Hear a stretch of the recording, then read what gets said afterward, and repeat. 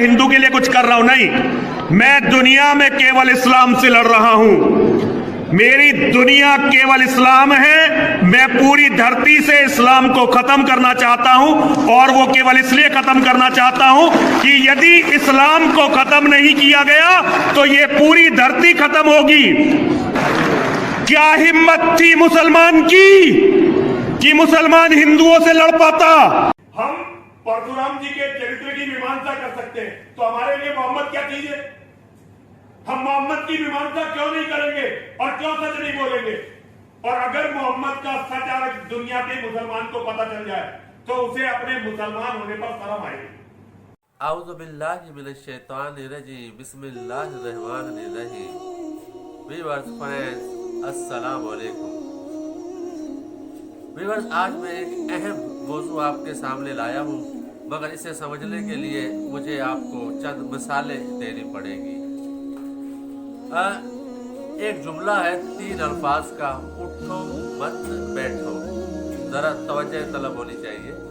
उठो मत बैठो, उठो मत बैठो, मतलब उठो बैठो नहीं।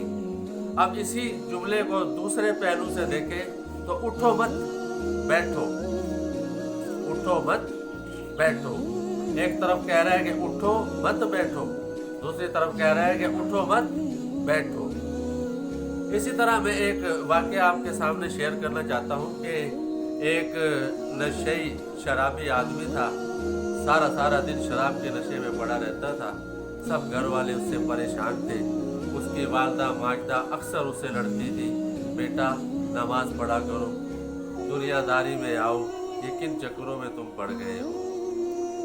आते हुए जाते हुए उसकी वालदा माजदा का और उस शराबी आदमी का यही झगड़ा रहता था कि दीन की तरफ आओ, नमाज पढ़ो, नेक हो जाओ, और ये गंदी जो आदत गलीज जो तुम्हें लगी है इसे छोड़ दो।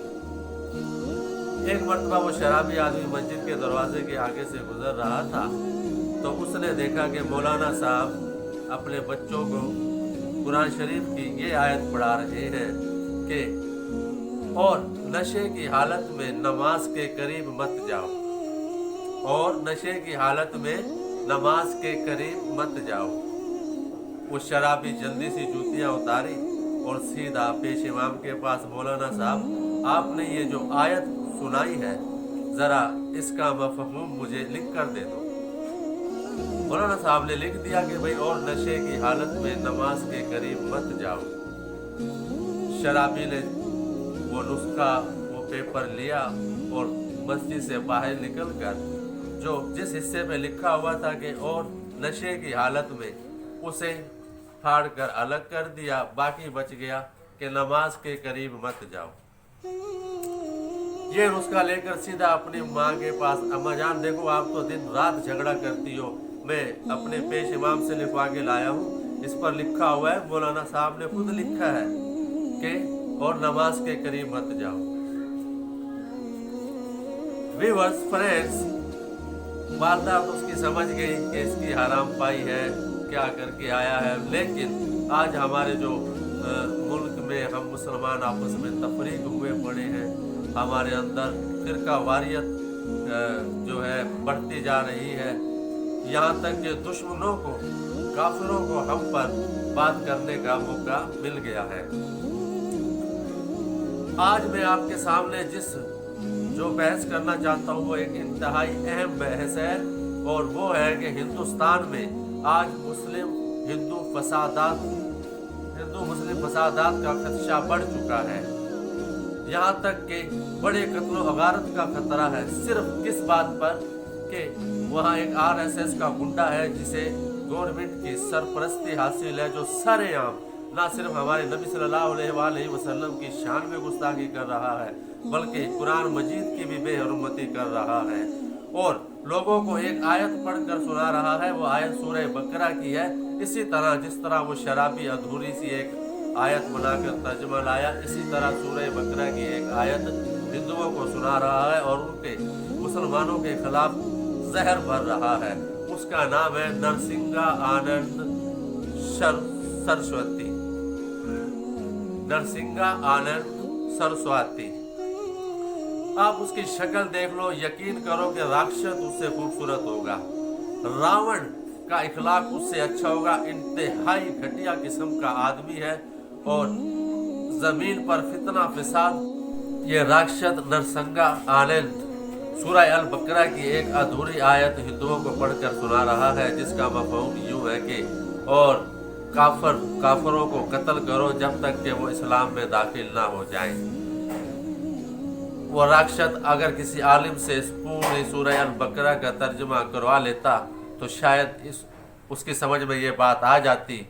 आप सब जानते हैं मुसलमान भाई कि कुफार मक्का में जब मुसलमानों के साथ जंग लड़ाई थी तो कुफार लड़ने आते थे, तो ये आयत ये सूरह अल बकरा नाजिल हुई कि अगर वो तुमसे लड़ने आते हैं, मफहूम बता रहा हूँ, अगर लड़ने आते हैं तो तुम उनसे लड़ो जब तक कि वो इस्लाम में दाखिल ना हो जाए। अगर वो अमन चाहते हैं तो उन्हें तोहफ़्फ़ दो, उन्हें अगर वो लड़ना नहीं चाहते तो उन्हें तुम हिफाजत करो, उन्हें बचाओ, उन्हें दूर ले जाओ। इस किस्म की इस आयत में मगर इस मुनाफिक ने, इस मुशरिक ने, इस काफर ने सिर्फ एक आयत पकड़ ली कि और काफिरों को मारो जब तक कि वो मुसलमान ना हो जाएं। इस आयत को लेकर आज उसने भारत में आग लगा रखी है। यहाँ यही नहीं बल्कि हमारे उलमा-ए कराम सलमान ज़ोहरी ने तो उनको चैलेंज दे दिया कि अगर तुम हिंदू अपने आप को इतना सही समझते हो तो अगली परीक्षा यानी मैं अपना कुरान लेकर आग में से गुजरता हूँ, तुम जो अपने साधु पंडित बुद्ध जो वगैरह लाने हो, अगर तुम सच्चे हो तो तुम आग में से गुजर जाओ, जिसका दीन सच्चा होगा उसी की बात होगी। आज बड़े लड़ाई का खतरा है, बड़े जंग का खदशा है भारत में। भारत इस वक्त एक बारूद पर खड़ा हुआ है। किसी वक्त भी अगर चिंगारी लगी तो ये मुल्क टुकड़े टुकड़े तो होगा ही, मगर हमें मुसलमानों को अफसोस सिर्फ इस बात का है कि वो हमारे नबी सल्लल्लाहु अलैहि वसल्लम की शान में गुस्ताखी कर रहा है। ऐसी गुस्ताखी की है कि जिसका मैं अपनी ज़बान से भी जिक्र नहीं कर सकता। यही नहीं, हमारे कलाम पाक को गुंडों की किताब कहता है और मुसलमानों को जहादी कहता है। इस किस्म की कई उसने मुसलमानों के खिलाफ प्रोपेगेंडा किया हुआ है। बहरहाल किसी मज़हब पर नुक्ताचीनी या तज़लील करना हमारे मज़हब इस्लाम में तो इजाज़त नहीं है। अगर हिंदू धर्म में इसकी इजाज़त है तो मुझे मालूम नहीं, लेकिन मैं इंडियन सरकार मोदी और सूझबूझ रखने वाले हिंदुओं को ये गुजारिश करूँगा कि इस RSS गुंडे को लगाम दो, इससे पहले कि मुसलमानों के जज्बात भड़के। क्या तुम्हारे लिए ये काफ़ी नहीं कि अल्लाह का अजाब कोरोना की सूरत में नाजिल हुआ? आज हालात तुमसे कंट्रोल में नहीं है। इतना शमशान घाट में जगह नहीं है मुर्दों को जलाने के लिए, और कौन से अजाब का इंतज़ार कर रहे हो? अब भी वक्त है, जाकर मुसलमानों से माफ़ी मांगो और इस नरसिंगा आनंद सरस्वती को जेल में डालो भाई, फांसी दो। ये गुस्ताख रसूल है, मुसलमानों को ये बात हरगिज़ बर्दाश्त नहीं होगी। और ये आज तक जिंदा है, मैं तो खुद परेशान हूँ। हमारे नबी की शान में गुस्ताखी करके ये शख्स जिंदा कैसे है? बहरहाल वीडियो देखने का शुक्रिया और ज़्यादा से ज़्यादा शेयर करें ताकि इंडियन गवर्नमेंट के पास ये वीडियो पहुँचे। अल्लाह हाफिज़।